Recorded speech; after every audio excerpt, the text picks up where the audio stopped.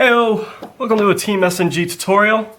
I'm here today with my dad. He's agreed to be the guinea pig for this experiment. Basically, what we're going to be trying to do is we're going to try and teach you guys the basics of the game. He's here because he's never really understood the game. He's watched me play for years, but he's never really understood it. Hopefully his questions will help us answer your questions. While I got your attention, I'd like to ask you guys, leave us a like, leave us a comment, and leave us a subscribe. Make sure you keep your eye on the channel, as there will be more videos expanding on what we cover here today in this video. How you feeling?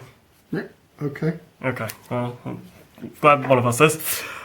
So, first we're going to talk about the field. We're going to talk about all the different zones and what sort of things are going to be played in those zones, and then we'll talk about the different kinds of cards that go into a main deck and an extra deck and so on. This here is your field. Alright?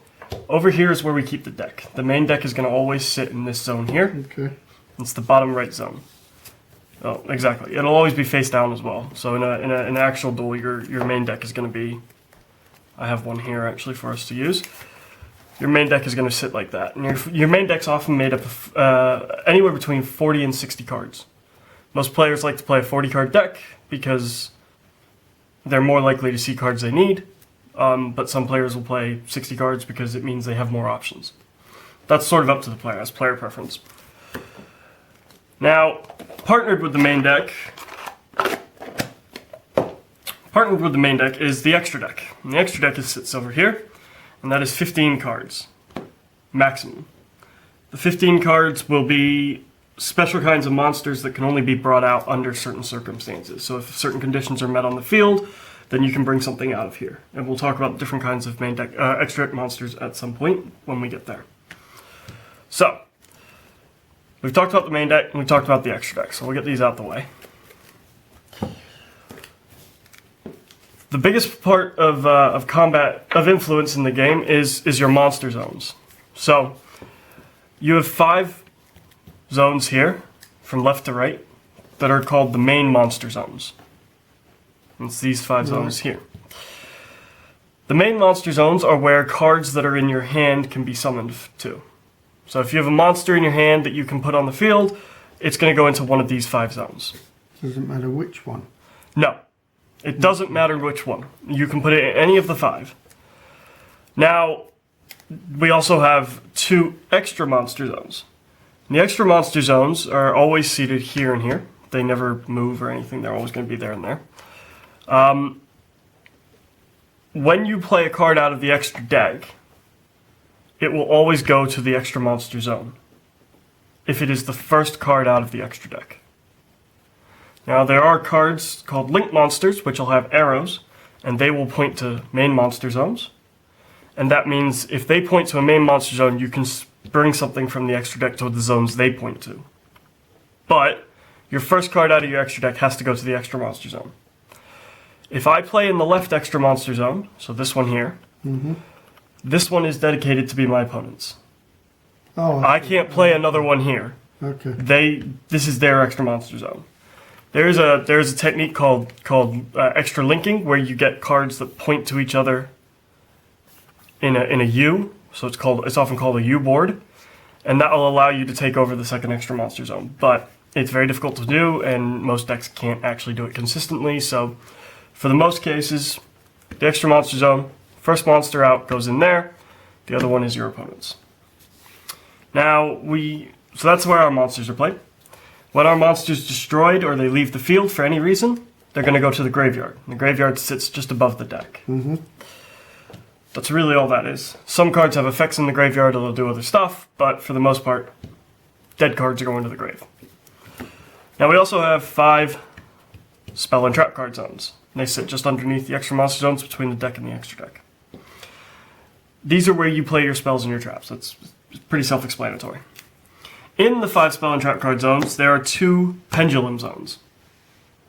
So as you can see, it says pendulum zone and pendulum zone.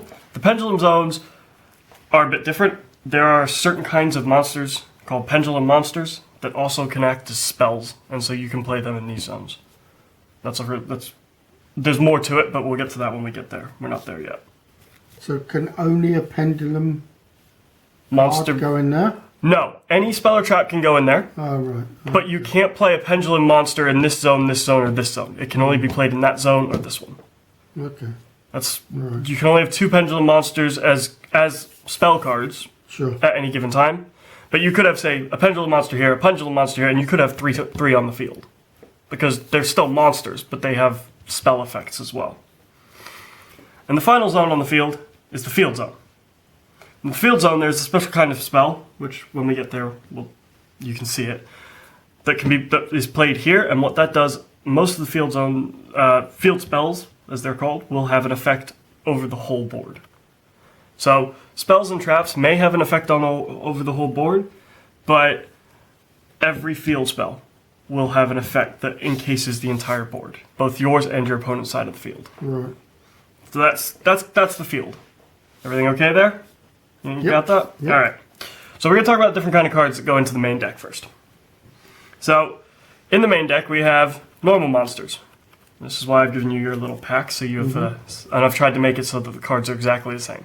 Okay. So I'm going to tell you about the important things on a normal monster. Normal monsters they have their name at the top of the card, which is always here.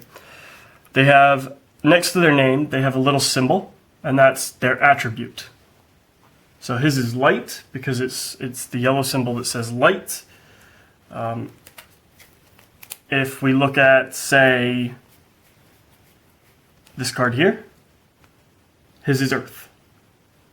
So Right. for all of you at home, the card I just showed my dad is Crusadia Leonis. So he has an earth attribute next to his name, so he's an earth attribute monster. Underneath the name, you see there's 2 stars. Yes. That's the card's level. So a level is basically just a signature of their power. It has effects when it comes to summoning them from the hand, but for now it's the level. Then we have the picture, lovely artwork of Ojama Yellow here. This is a normal monster, meaning it doesn't have any ability. It has no effect. So it has text, but its text basically is just the lore. So for Ojama Yellow, he's one of the Ojama trio. It's said that he butts in by any means necessary. It's also said that when the 3 are together, something happens. So it really doesn't have an effect in the game. It's just sort of there to make us feel good about the card. And you need to feel good about him anyway, because the next part we're going to talk about is a bit depressing for him. This stat here is his attack, his ATK. And this stat here is his defense. So, when you play a monster, you play it in attack position or in defense position. Okay. Oh. But he's still in the pocket then. He still stays in the main monster zone. Right. Okay. The only reason I've got him between the zones right now is because of the lineup of the camera. Right. But he's still in the main monster zone, so he'll actually be here. So that would be attack position, and that would be defense position. In attack position, he can attack your opponents. Now, he has 0 attack, so he's not going to do very much. In attack position, he can attack the opponents. In defense position, he protects you. It's basically the extent of it. Mm-hmm. So that's a normal monster. The next monster we're going to look at is an effect monster. So, do you notice any difference between a normal monster and an effect monster? Nope. Okay. Looks the same to me. Well, first of all, the color is going to be different of the border. So you can see this one's a yellow and this is an orange. Okay. Some people say Yeah. a tan and a brown, but yellow and orange is what I tend to go with. The other thing is, this one says effect next to its type. So this is a beast, because it says beast here. Mm-hmm. And then this one says effect Yeah. next to its type. So I did forget to mention that on Ojama Yellow. This is the type. Right. Okay. So there's lots of different types of monsters. Oh, so this one can have effect. This one has an effect. So this one's effect is when this card is destroyed by battle and sent to the graveyard, you can add 2 Ojama cards from your deck to the hand. So if he was to attack something and get destroyed and sent to the grave, then we get to search out 2 Ojama cards and add them to our hand. Any two, Oh, okay. which can be really, really useful because obviously it means you could add maybe a spell that you need, or you can add a monster you need, or whatever to keep going. So Ojama Blue is the main searcher for the Ojama deck, but for the most part he's an effect monster, and that's why we've got him in the pile so you can see him. The next type of card we're going to talk about is a ritual monster. So do you notice anything different about the ritual monster from the effect monster and the normal monster? Well, it looks very strong. Okay, well that's because it's much stronger than the Ojamas. First of all, it's a level 6. How would you tell it's a level 6? Well, those little stars. There you go. So it's a level 6. Also, it's a dark attribute. Right. Okay. Because it says dark up here. Oh, is that what that is? That's dark. Okay. Yep. So he's a dark attribute. Another difference that he has specifically to the Ojamas is he is a Zombie. There you go. And next to zombie, what does it say? Ritual. Right. So he is a ritual monster. He is not an effect. He's also an effect monster because next to ritual it says effect. But he's not just an effect monster. So ritual monsters, they require a spell card to bring them out onto the field. So when we talk about spells, I'll show you a ritual spell. But they require a spell card to bring them onto the field, and the spell card will have specific things that need to happen to bring it out.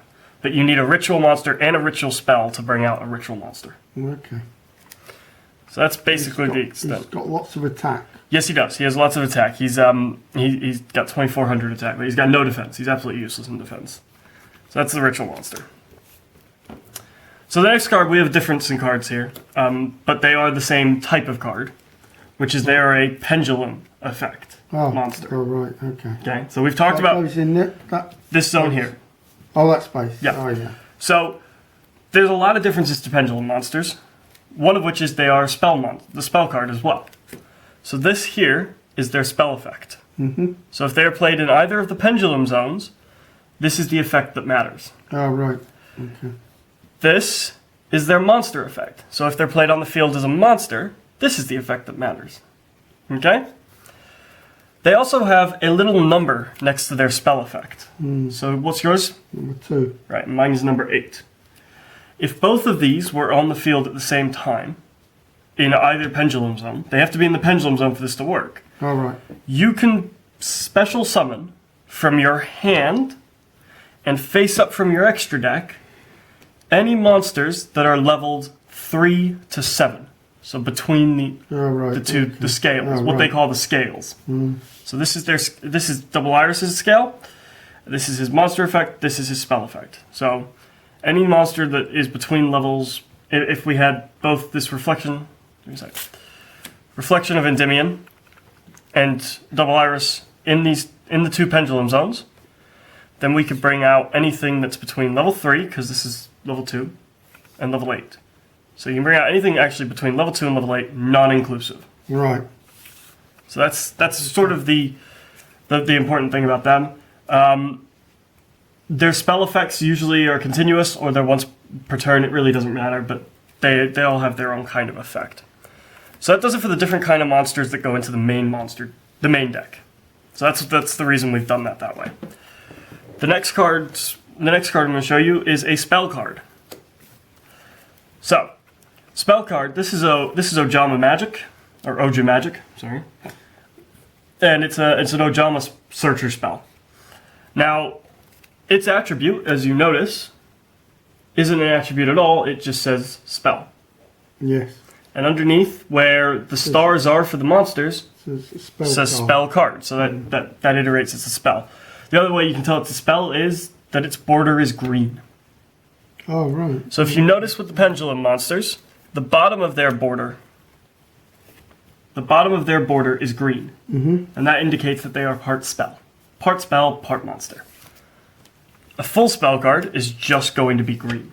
Okay. Now it doesn't have attack and defense stats because it's not a monster. And it is just the effect.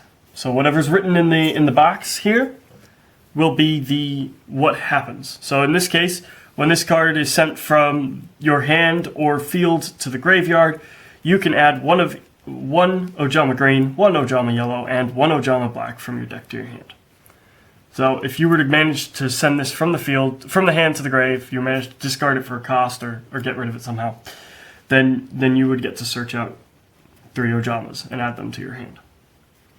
So that's a typical spell card. Now, the next card we're going to talk about is a trap card. Trap cards, much like spells, are played in the spell and trap card zone. There's a little difference though. Trap cards can't be activated on your turn. You have to play them face down. And then on your opponent's turn, you can activate them. Okay? Yep.